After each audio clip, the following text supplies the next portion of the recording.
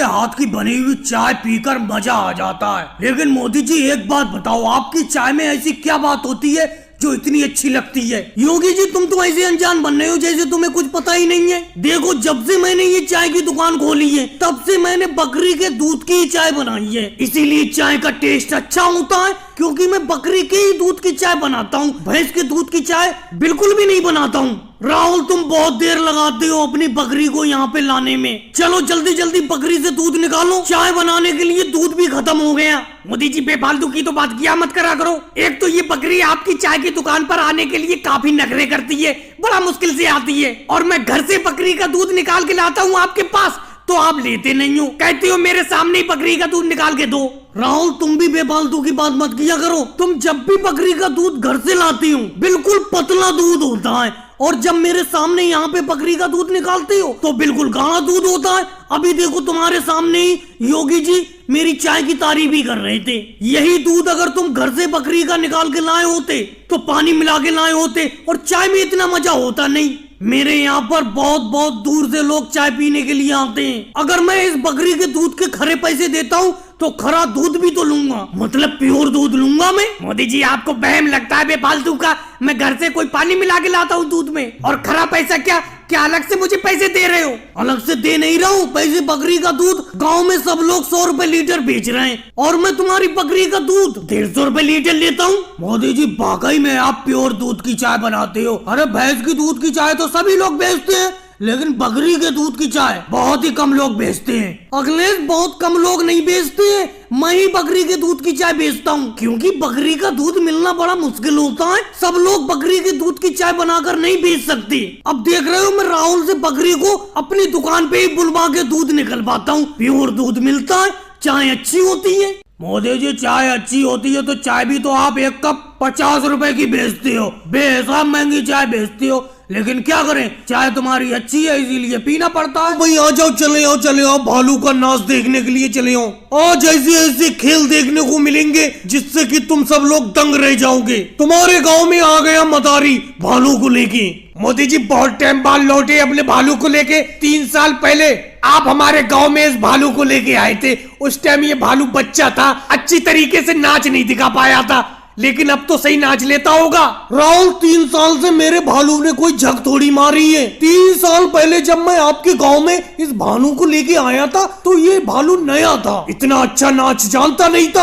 अब तो ये बहुत अच्छा नाच लेता है, अभी दिखाता हूँ इसका नाच। मोदी जी ये तो एक पैर पे खड़े होके भी नाच लेता होगा। अभी बराबर वाले गाँव में एक मतारी आया था, उसने भालू का नाच दिखाया था तो उसका भालू एक पैर पे खड़े होके नाचा था। भाई साहब ये तो एक पैर पे अभी खड़ा होके नहीं नाच पाता है, इसे मैं एक पैर पे नचाना अभी सिखा रहा हूँ। और लालू जी आप मेरे पीछे कैसे खड़े हुए हो, सामने को आओ। मैं इस गांव में भालू का नाच दिखाने के लिए कम से कम 20 साल से आ रहा हूँ और तुम हर साल पीछे ही खड़े होते हो, बताओ तो। और मेरा भालू का नाच देखने के लिए भी जरूर आते हो। देखो मोदी जी साफ साफ बताओ, मुझे भालू का नाच देखना बहुत पसंद है, लेकिन मुझे भालू से डर भी बहुत लगता है, इसीलिए पीछे खड़े होकर नाच देखता हूँ। मोदी जी आप तो कह रहे थे कि 3 साल में आपने भालू को बहुत अच्छा नाच दिखा दिया, ये तो सही तरीके से नाच ही नहीं रहा है। मुझे इसका नाच बिल्कुल पसंद नहीं आ रहा है, मैं तो चाह रहा हूँ। हमें साझी बेफालतू की बात नहीं करते। मेरा भालू कोई एकदम थोड़ी नाचने लगेगा, थोड़ा वक्त लगेगा नाचने में। कुछ देर यहाँ पे रुको तो तुम तो आफत मचाए पड़े हो।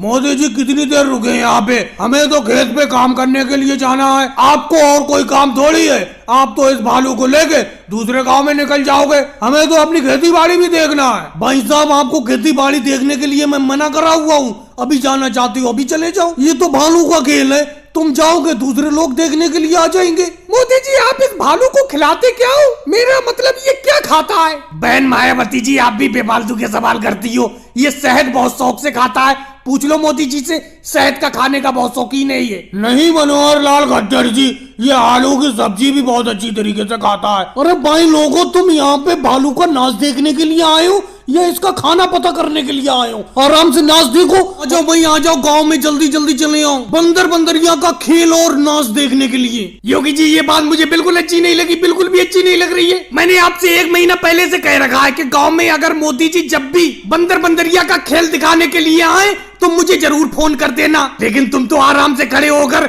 मोदी जी जो बंदर बंदरिया का खेल दिखा रहे हैं देख रहे हो, वो तो मुझे राजनाथ सिंह जी ने बता दिया, तो मैं मोटरसाइकिल से भागा भागा चला आ रहा हूँ, नहीं तो मुझे पता ही नहीं चलता। वैसे योगी जी एक बात तो बताओ, कितनी देर हो गई मोदी जी को बंदर बंदरिया का खेल दिखाते हुए? राहुल तुम तो बेफालतू में चिंता कर रहे हो, मैं खुद अभी यहाँ पे आके ही खड़ा हुआ हूँ, अभी सही से खड़ा नहीं हुआ हूँ, अचानक तुम पीछे पीछे चले आए, मैं तुम्हें फोन करने ही वाला था। मोदी जी कितनी देर हो गई आपको इस बंदर बंदरिया का खेल दिखाते हुए? बस योगी जी अभी तो आया ही हूँ मैं, अभी तो सही तरीके से खेल शुरू भी नहीं हुआ है, खड़े कैसे हो, आराम से नीचे बैठ जाओ। मोदी जी बड़ा जल्दी आ गए इस बार आप गांव में बंदर बंदरिया लेके, क्योंकि अभी 6 महीने पहले तो आप आए थे, पहले आप साल भर में आते थे, अब तो इस साल में 2 बार आ गए। क्यों अखिलेश, मेरा बार बार आना तुम्हें पसंद नहीं है? गांव के लोग तो ये चाहते हैं कि मैं बंदर और बंदरिया का खेल हर 3 महीने में दिखाने के लिए आया करूं।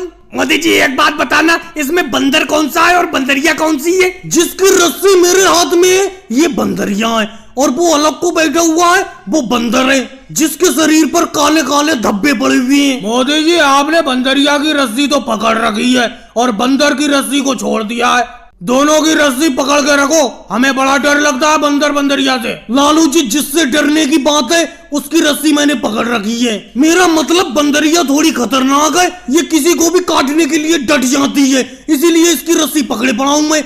बंदर ऐसा नहीं है, वो बहुत सीधा है। लेकिन मोदी जी लालू जी बिल्कुल सही कह रहे हैं, आप इस बंदर की भी रस्सी को पकड़ लो, देखो मैं तो मोटरसाइकिल के पीछे खड़ा हुआ हूँ, मुझे बंदर से बहुत डर लगता है, लेकिन बंदर और बंदरिया का खेल देखने में बड़ा मजा आता है। खेल तो तुम सब लोगों को देखने में मजा आता ही है, अब थोड़ी सी जेब ढीली करो, बंदर और बंदरिया को कुछ पैसे दो।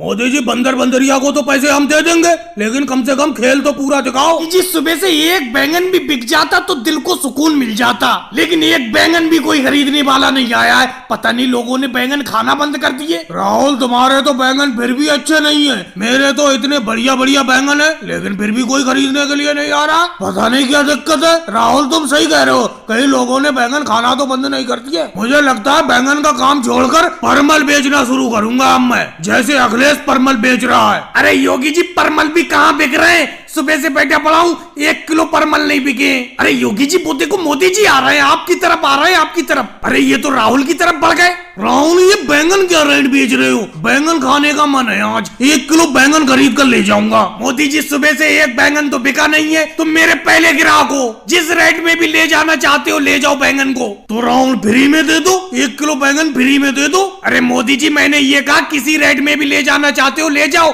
फ्री में थोड़ी बोला। लेकिन राहुल एक बात बताना, मुझे साफ साफ बताना, तुम्हारे बैंगन काले बहुत हैं, जबकि बराबर में योगी जी बिल्कुल बैंगनी कलर के बैंगन बेच रहे हैं। अरे मोदी जी रंग पर मत जाओ, मैंने अपने बैंगन की खेती में उर्वरक का ज्यादा इस्तेमाल कर दिया था, इसीलिए रंग ज्यादा काला हो गया, लेकिन जितना ज्यादा बैंगन काला होता है उतना ही अच्छा खाने में होता है। मोदी जी इस राहुल की बातों में मत आओ, बैंगन तो यही बैंगनी वाला अच्छा है जो मैं बेच रहा हूँ, देखो कितना बढ़िया बैंगन है। लेकिन योगी जी बैंगन तो तुम्हारे अच्छे हैं, लेकिन हमेशा मैं सब्जी राहुल की दुकान से खरीदता हूँ। अरे मोदी जी कभी कभी परमल भी ले लिया करो, हम भी देखो परमल बेच रहे हैं। अखिलेश परमल की सब्जी खाने में मेरी कोई खास दिलचस्पी नहीं रहती है, हाँ अगर जिस दिन भी परमल खाने का मन होगा तो तुम्हारी दुकान पर चला आऊंगा, मुझे मालूम है तुमसे अच्छा परमल इस एरिया में कोई नहीं बेचता है, लेकिन बड़ी जान आफत में समझ में नहीं आ रहा है किसका बैंगन लूं, योगी जी का बैंगन लूं या राहुल का बैंगन खरीदूं। योगी जी का बैंगन थोड़ा अच्छा है, लेकिन राहुल से मैं परमानेंट